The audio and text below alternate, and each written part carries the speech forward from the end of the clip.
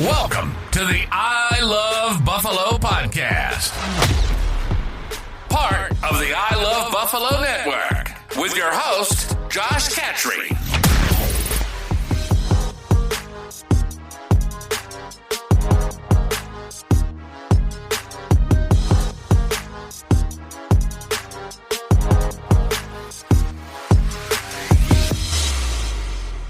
Welcome, good neighbors, to the I Love Buffalo podcast. I'm your host, Josh Catry. If you're new, a little bit about the podcast. We'll cover everything from Buffalo's news, business, sports, crime, art, music, politics, history, unsolved murders, corruption, jiu-jitsu, nature and the outdoors, entrepreneurship, upcoming events, and all things that champion the underdog city that we all love and the good people in it. Thank you so much for tuning in. Today on the podcast, the Hauntings of Murder Creek. Who pays for the $150 million sins of the Catholic Church in the sex abuse cases? The Sabres Draft Week preview, $31 million Botanical Gardens expansion, and Buffalo hits a heat wave. All this and more on this episode of the I Love Buffalo podcast. 1, 2, 1, 2, 3.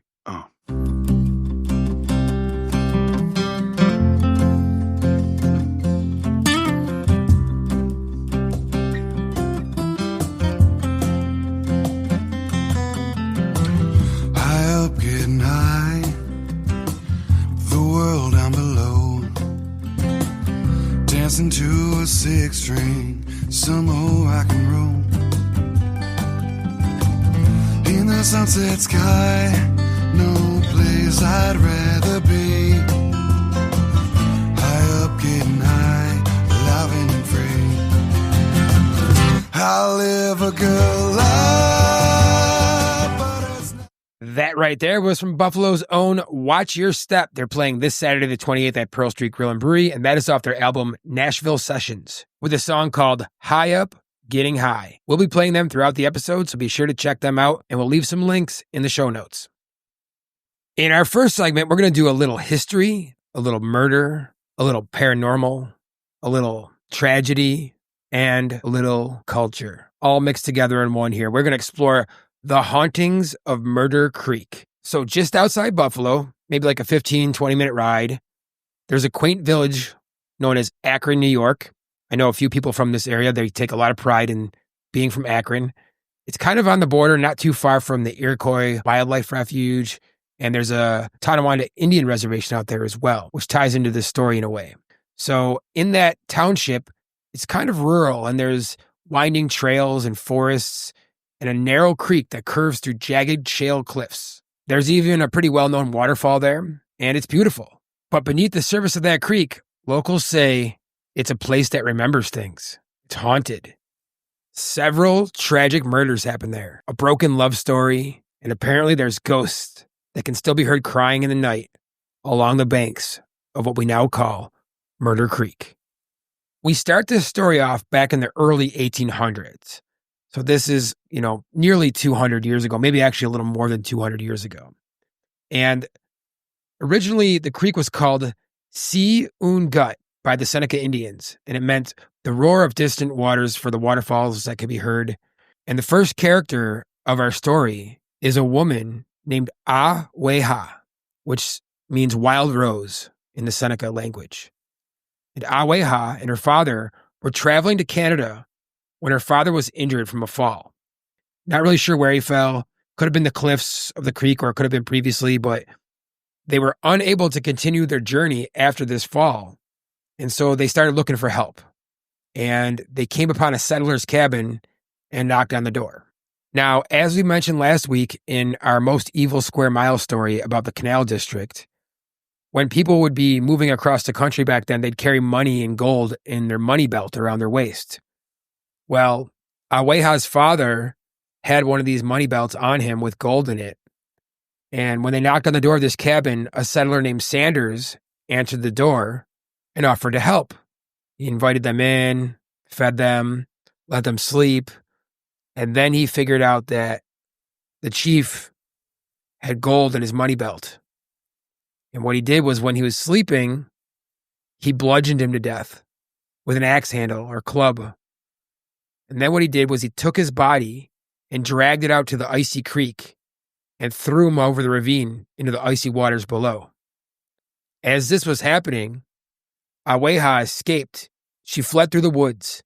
She came across another cabin, a man named Dolph, D-O-L-P-H. And Dolph was a settler, a pioneer who lived in the Akron area during the 1800s, but he was actually a good guy. And he lets Aweha in. I don't know how she trusted him after the last time she knocked on the door. It led to the death of her father. But she knocks on the door, and Dolph lets her in and cares for her. And by all accounts that I could find, Dolph is portrayed in the story as a kind and protective man, offering her shelter and food and safety and all this. I found this quote. It says, "Not all the settlers in the area were cruel. One man, John Dolph, is remembered as a rare figure of compassion. When Aweha arrived at his doorstep, bloodied and alone, he didn't turn her away or turn her in. He gave her warmth, helped her bury her father, and stood as a symbol of the goodness that could still exist in a violent, lawless frontier." Dolph also went on to become a person who built bridges between the Native American people in the area and the white settler community that was showing up there. And he was, an honorable person that both sides seemed to trust.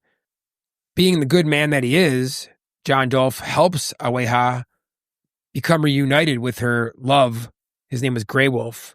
And he was a brave, a Seneca warrior. And he was supposed to marry her. He was engaged to be married to her.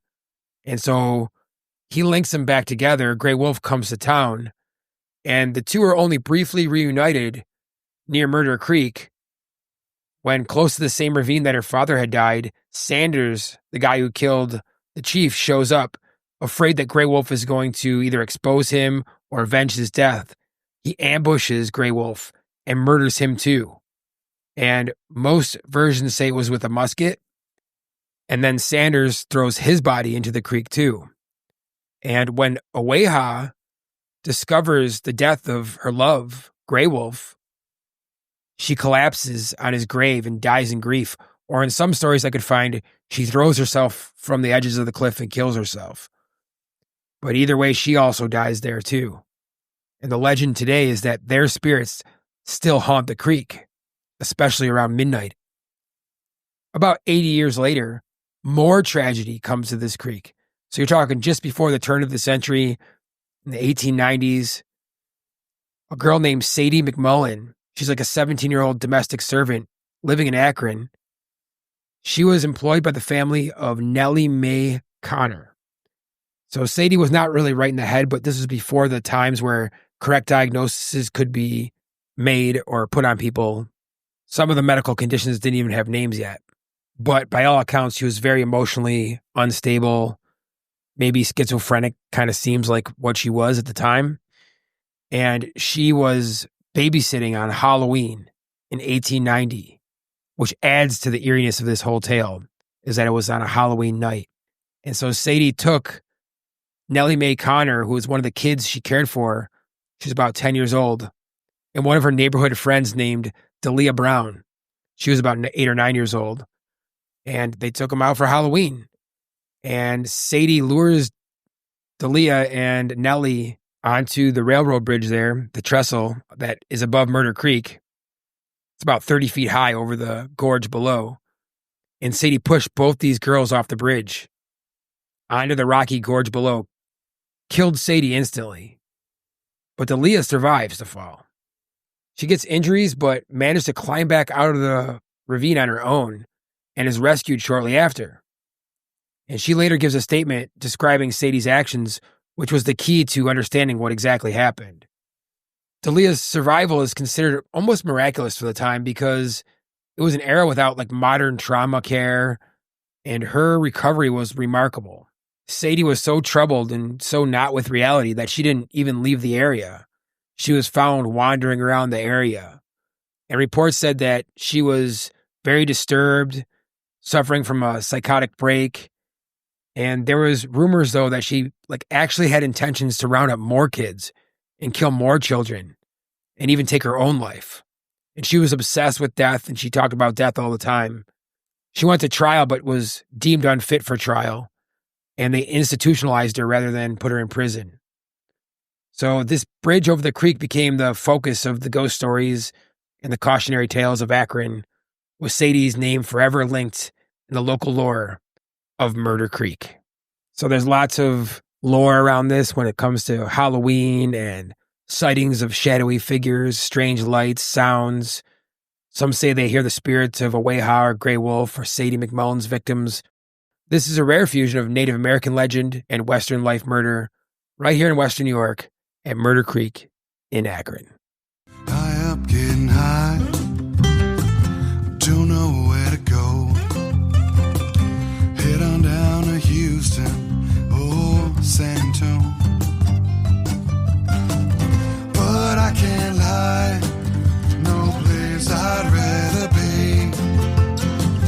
High up, getting high, alive and free. I'll live a good life. In our next segment here, we're going to cover a little bit of a controversy that's happening in the Catholic Church locally here in Buffalo. The Diocese of Buffalo's Catholic Church, the whole system is trying to put a settlement for $150 million onto the individual churches, even if those churches had nothing to do with the lawsuit or the cover-up that the entire diocese did. So this is a pretty controversial topic, and it's dividing communities and making people pretty upset back at the church once again. Now, look, I'm not here to badmouth the church. We all kind of know what happened. I actually am a strong proponent of community building, bringing people together. I think most churches do a good job of that. And this is something that our entire society is lacking right now, is community. We need to find ways to come together. I think churches are a great way for that. However, in the past, these churches took advantage of that vulnerability that people have with each other in a place where you trust each other, and people were harmed. Children were harmed, and it's disgusting and gross, and they were sued for it, and they owe money, and they absolutely should pay. But the controversial part here is how they're being forced to pay by the actual diocese itself. So you have to understand that they were sued, and they were told they owe $150 million. This wasn't just for the abuse, right? What happened was there'd be a priest that abused somebody, and the establishment, the centralized powers, would move the person around and cover it up and put that person that was accused of abusing people in a new place where he could go abuse people again. And then he'd do it again. So you ended up with a lot of repeat offenders that did a lot more harm that could have been stopped if the people in charge of the church, the whole entire community, the diocese, would have stepped in and said, no, enough. We're not putting you near children again. We're firing you, or whatever you do with the priest. I'm not really sure, disordain or kick them out of the church or excommunicate. Whatever it is they do with priests, that's what they should have did. And they should have turned this over to the authorities immediately. And instead they covered it up. And this went high up the chain, and they were sued and told they owe $150 million. So what the diocese is doing is trying to put this back on the individual churches and squeezing them instead of them paying as the centralized group that's connected back to Rome and the Pope and all this. They're basically saying that $80 million of the total has to go back on a bunch of local parishes here. And each parish is required to give money as a percentage of its unrestricted cash. So depending on how much cash they have on hand, depends on how much they have to give up. And the contribution rates are tiered. So some parishes with more than $1 million in assets owe 65% of their assets, while parishes set to close or merge are hit with up to 80%. All funds must be transferred into a central banking system by July 15th, 2025. So that is pretty unfair, if you ask me. Imagine you had a parish and a group of community that nothing ever happened. None of your priests were bad. No one ever did anything bad. The people were donating money, thinking it was going back to their community, and the parish raised $1 million. And that was great for that parish. Well, all of a sudden, because the centralized authorities were covering this up for decades, now that individual parish owes more money than everyone else, even though they had nothing to do with it at all. That, I think, is a pretty unfair way to handle this. If it wasn't for the actual diocese covering this up, and they did a lot to cover it up. They shamed whistleblowers and victims. They tried to push them away. They put priests on medical leave and moved them around and made it hard to find. And this was confirmed in 2020. There were over 100 different priests that they were covering up for. And one of the head bishops there, Richard Malone, he's criticized for keeping a lot of these abusive priests around. A lot of the community members of these churches are feeling spiritually betrayed and betrayed financially. Some of these small churches are forced to pay millions of dollars that they had nothing to do with. And appeals to the Vatican are underway, but they so far have gone without reprieve. This controversy is creating a deep division within the Catholic community here in Western New York. And many are asking whether this plan will even bring closure, or it's just going to make the wounds worse and make people more adverse to the Catholic Church. So right now in America, in general, there is sort of a revival in religion across the board, all religions. People are seeking purpose again, which I think is a good thing. They're seeking community, which I think is a good thing. But the Catholic Church here is kind of shooting itself in the foot. Instead of the head people, the ones that are in charge, the ones that have the big bank accounts, saying, yeah, we screwed this up. We'll put our insurance on the line for this. We'll fix this. Putting it back on the people here is not the right thing to do, at least in my opinion, and in the opinion of many others as well. It's going to squeeze a lot of these smaller parishes out of existence. And it's also going to make people have a disdain back again for a church that was already have a bad reputation. Is trying to overcome that. So be interesting to see what they do here and how this unfolds. But this is something to definitely keep your eyes on here. It is sad to see. Sad to see where institution and organization that was supposed to be helping people ends up turning around and hurting people. And now it's hurting even more people. It seems that most people involved here, they're not against helping the victims. They want to help the victims, actually. They're just against the way it's being done. They want fairness. They want transparency. And they want accountability at the top. You're the one that makes a top-down organization. You're the one that covered it up.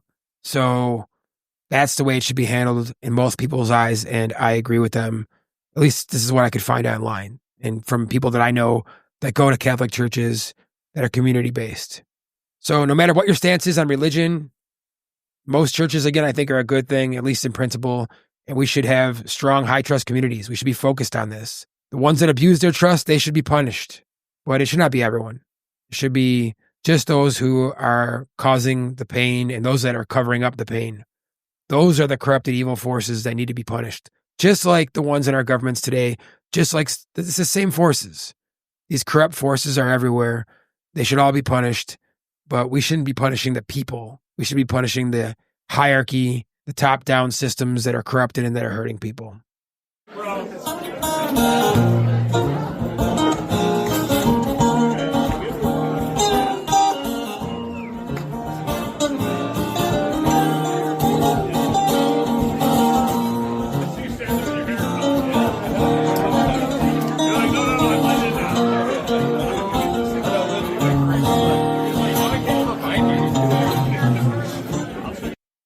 In this next segment, we're going to do a Buffalo Sabres draft preview. So I recently became acquaintances with Trainwreck Sports. It is another podcast here in Buffalo.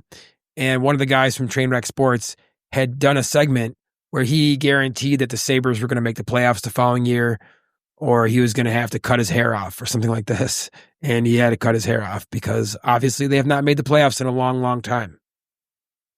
I think the one difference this year is that almost every year going into this, everyone was kind of high on the Sabres, and then they let us down.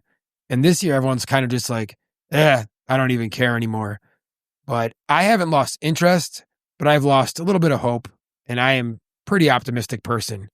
That being said, I know that this team can turn it around. I know there's talent on the team, like really high-end goal-scoring talent exists on this team. It has a good coach. Just needs to get a few things right. I mean, you see the Stanley Cup Finals, Sam Reinhart getting a hat trick or whatever happened there and hoisting the trophy. We've seen Jack Eichel. We've seen so many ex-Sabres, Ryan O'Reilly, all with the Stanley Cup right after they leave the Sabres. It's almost like we're like this farm team and we can't get it right. The Eichel trade I still would have done. I just think he wasn't good for the team. The Reinhart trade I would not have done. I was against it at the time. The Ryan O'Reilly trade I was against, but I still might have done it. I mean, Thompson's amazing. I just wouldn't have got rid of Reinhart, I don't think. He made everybody on the ice better when he was on the ice. And that's the kind of stat that's hard to find. and he's a great two-way player, and he proved it. This is his second Stanley Cup. So that being said, I don't want to, talk about optimism or pessimism or anything like that. We're just going to talk a little bit about the facts. This is the week of the NHL draft, and it's Friday, June 27th and Saturday, June 28th. Really, most people watch it for round one. Outside of round one, it's pretty rare to get a superstar. Although you're drafting these kids a lot younger than you draft NFL players. NFL players are like 23, 22, 24. They're like men. And some of the kids in the hockey draft are still kids. I actually wish they would change this because, first of all, it makes it harder to draft because people develop a lot when they're 17, 18, 19, 20, 21, 22, 23. 24, you should have a pretty good development by. And if they adjusted a little bit, it would make drafting a lot easier and a lot more realistic for the teams. I think the NHL is kind of stuck in their traditional ways and they don't like to change things too much. I think they should. The NFL changes things when there's problems. So does the NBA. And the NHL is a lot slower to do that. And I think the drafting process is one of the things that could and should be changed. I don't like how they draft kids so young. It's really hard to tell what their attitude is. Like, how are they going to turn into young men and how's that going to translate into the NHL? So it's harder to draft for positions in focus. This year at the draft, the Sabres should be eyeing the number 9th overall pick, unless they decide to trade that away. So that's what they have right now is the 9th overall pick. And during that pick, we're going to look at some of the possible draft picks they should be looking at. They're looking at probably a few centers and a few defensemen. I think would be the most likely ones they pick. One of the ones they could go for is a guy named Jack O'Brien. He's a center out of Brantford in the OHL. He had about 100 points last year in 66 games. Really high-skilled playmaker with great vision and passing. We have a lot of good goal scorers already, so we kind of need some playmakers. I think he might get drafted a little earlier, depending on how the top 8 falls out. Another guy's Brady Martin. He's a center for Sault Ste. Marie, and that's in the OHL as well. And he had 33 goals and 39 assists last season. And he's known for, he's more physical, hard driving kind of center, which might be good for us on like a third line role or something like that.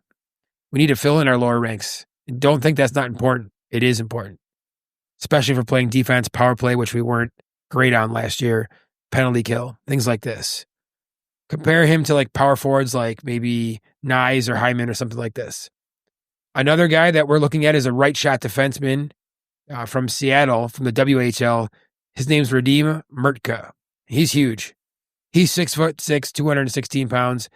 I actually hope they grab someone like this. I think defense is where we lack the most, or goalie. I hope they trade or sign a goalie, honestly.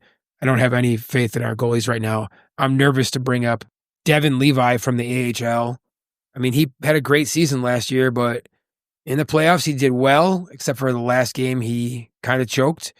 And he also has been known to choke when he moved up to the NHL, or I'll have a few good games and then a few really bad games. I would be pretty nervous if I was betting only on Devin Levi to be our goalie next year. And then Ukko-Pekka Luukkonen, he is just inconsistent. He's shown some signs of being good, but I would want to move on from him if I was in charge of this. So I hope they go for defense.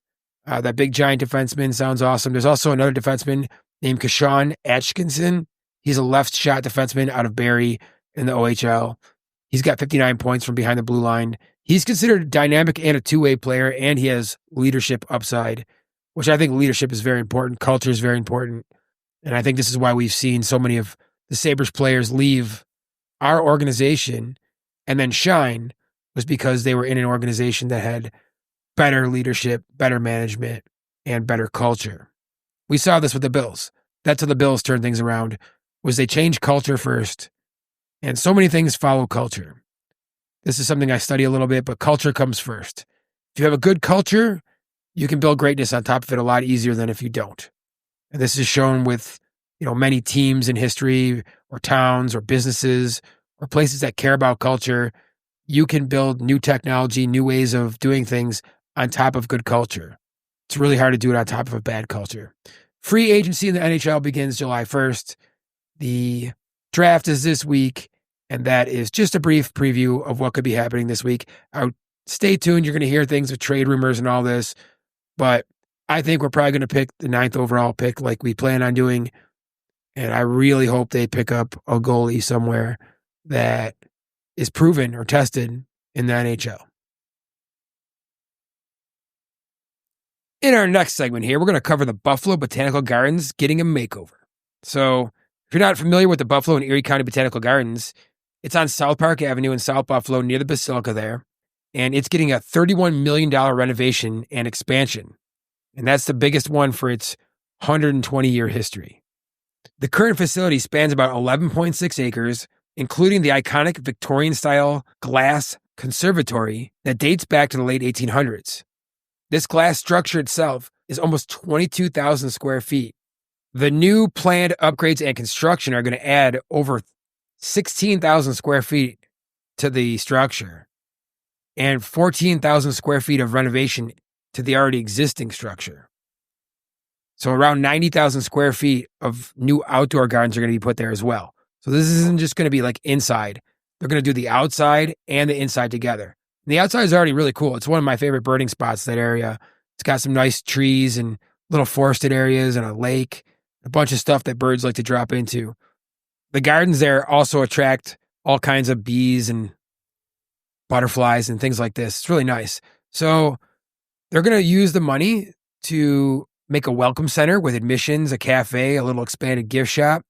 There's going to be a solarium for like a small intimate events like dinners or private gatherings, a new canopy for a climate-controlled space for weddings and public events, and a new learning lab with 2 classrooms to expand the education programs that are already going on there. So that's all really nice. It's expected to take till 2027 to finish the construction, but the gardens will remain open during the process. So that's the good news, is they're not going to have to shut it down. They're going to work in little segments, and it won't be done, though, until 2027. They pretty much have all the funding already secured, and it's coming from New York State, Erie County, and some private donors, too, as well as a few corporate sponsors. They're a nice little blend. A lot of people have skin in the game there, including us, the people, because that is our tax dollars. There's going to be a bunch of cool experiences they're going to offer as a result. First, there's going to be a butterfly exhibit, which is already a seasonal favorite. They're going to have Art in Bloom, which is an annual showcase that does floral designs with visual art, music. There's plant sales, of course, seasonal markets. There's one this weekend, actually. And all different kinds of classes and programs and rentals and things like this are going to be added. So this should be overall a great improvement to our city, very beautiful spot, and something that I think we should all get behind and like to see our city improving.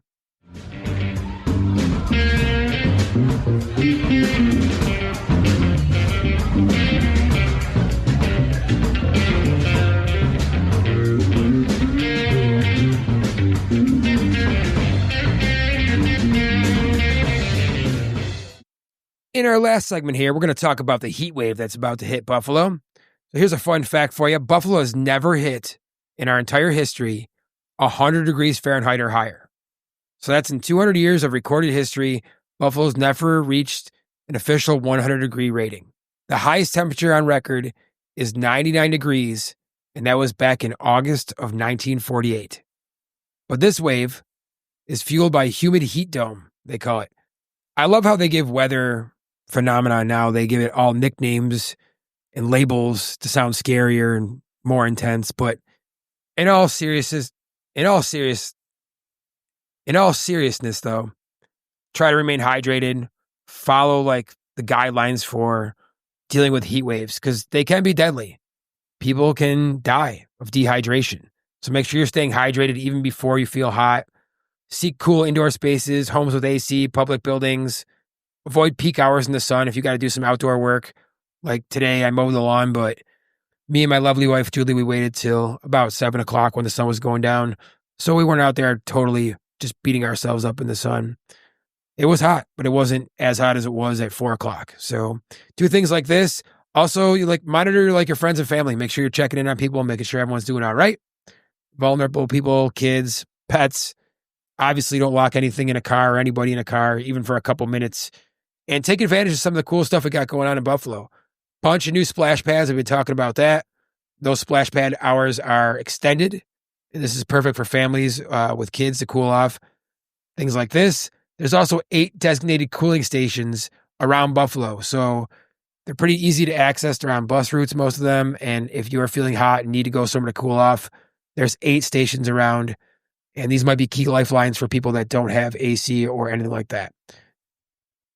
This week, we're going to highlight a business. And that business is called Turn of the Century Design and Signs. This is based in East Aurora. It was founded in 2013 by Tyler and Miranda Kirchmeyer. And they've been designing everything from hand-painted gold leaf signs to neon pieces, posters, websites, murals, you name it. I've actually been in discussions with Tyler to take a look at one of our entrances to the jiu-jitsu school to see if maybe a mural would be a good idea there. So looking forward to working with him and exploring that idea. Again, they're called Turn of the Century Design and Signs, and they're in East Aurora, but do work all over the area.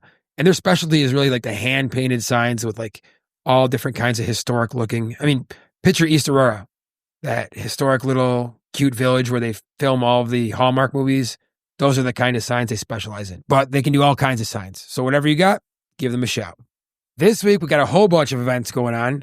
We're going to try to blow through this as quickly as possible because there's just so many awesome events. Everybody who says there's nothing going on in Buffalo hasn't been here in the summer and isn't paying attention because there's so many things I want to do and not enough time to do them all. We'll start with Shays on 6/24 through 6/29. Back to the Future, the musical, and the show times vary by day.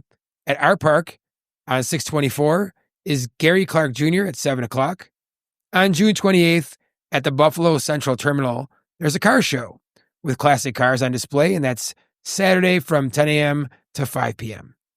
Shakespeare in Delaware Park is back, and that is a variety of days, usually Tuesdays, Thursdays, Fridays, and Sundays in the evenings. On Friday, June 27th at 6 o'clock at Riverworks is Death at the Silos Murder Mystery, and this is right inside the grain silos with one of my favorite people of all time, Nikola Tesla, is one of the characters in the murder mystery. So that's kind of cool. The Music in the Park Casanova series continues on Friday evenings at 6 o'clock. On 6/25 at 5 o'clock at Canalside is an adults-only scavenger hunt around Canalside. So that's an after-hours party at Explore More. On the 28th at Canalside is the Buffalo Saturday Artisan Market from 10 a.m. to 5 p.m. And on the 29th from 10 a.m. to 1 p.m. is a children's book fair, also at Canalside. The 2025 season for the Food Truck Wednesdays in the Garden starts at 5:30 on 6/25 at Samuel's Grand Manor with live music this week from Vinyl Cocktail. And this event is every Wednesday through the summer. Saturday night at Pearl Street, you got the Saturday sessions at Sunset, which is Watch Your Step, the music that you've been hearing this entire episode. That starts at around 8 o'clock. It's on the patio and it's free. We also got Live at Larkin this week, and the 25th of June at 5 o'clock is the Talking Deadheads. On the 26th, it's Thursday, and Main Street Concert Series at the Fountain Plaza has Badfish, a tribute to Sublime at 5 o'clock. I wonder if that is the real Badfish. I'm sure it is. They're a pretty big band that covers Sublime. The Kaz at 6:26 at 8 o'clock is Comedy at the Kaz. And on the 27th and 28th at 8 o'clock is Anybody Out There. It's a tribute to Pink Floyd, also at the Kaz. Buffalo Ironworks on the 27th at 8 o'clock has Yeehaw, Country Silent Disco. And on the 28th at 8 o'clock has Working Man's Dead. They are a Grateful Dead cover band that I have seen before, and they are very good as well. On the 28th from 11 a.m. to 4 p.m. it is the 14th annual Buffalo Book Fest at the corner of Mohawk and Washington Street in downtown. At the Botanical Gardens, which we already discussed, on the 20th and 29th at 10 a.m. is the Garden Art Sale. And this is one of my wife's number one favorite events in the summer.